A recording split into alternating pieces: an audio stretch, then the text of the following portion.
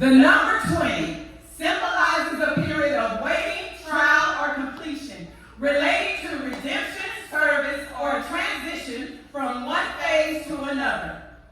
Long before leadership changed hands, God was intentional about his plans for you. Carving away at inner thoughts, dreams of forecasts in your eyes, dusty skies with temperature changes.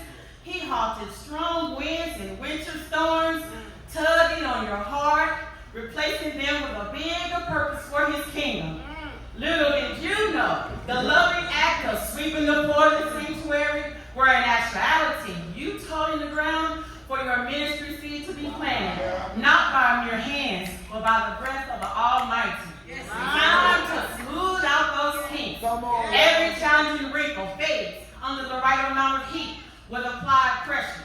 Unnecessary layers, old habits being pruned away, shaking off anything unacceptable to God, steering you right into the turn.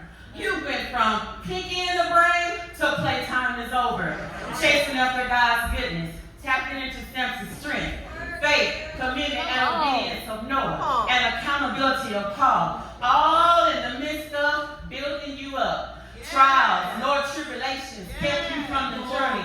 Instead, you rode the wave like a leadership with many achievements. Oh, how sweet that sounds.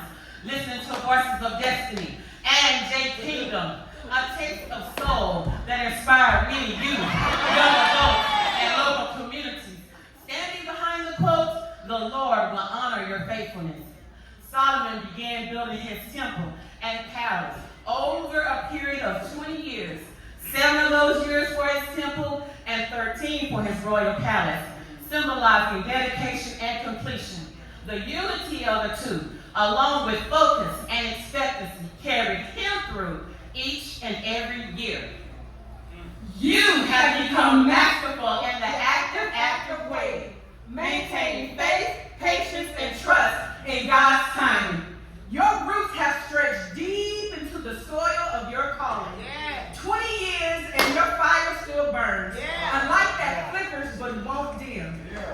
Your sermons are like a wildfire, spreading across iniquitous dry bones, awakening what sin had victoriously pronounced dead. Some preach from paper, you preach from the marrow of those bones, speaking life and accountability, hope and restoration.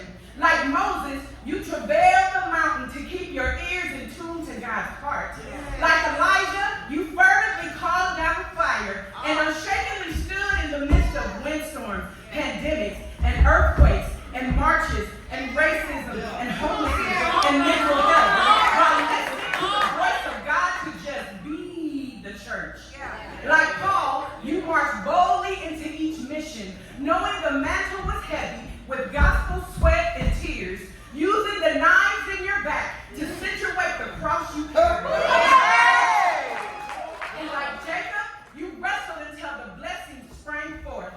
2 decades of warfare, wisdom, wins, and worship. 2 decades of pushing through 100 ways to quit. 2 decades of standing where others have fallen, of pouring out when empty, of loving even when unloved. Your voice has been a refuge and your hands a bridge. And still you rise, not for the glory, nor for the fame, but because the call remains and the harvest is plenty. This is not the end of the journey, only the next chapter. The altar is waiting and the weary are listening. 20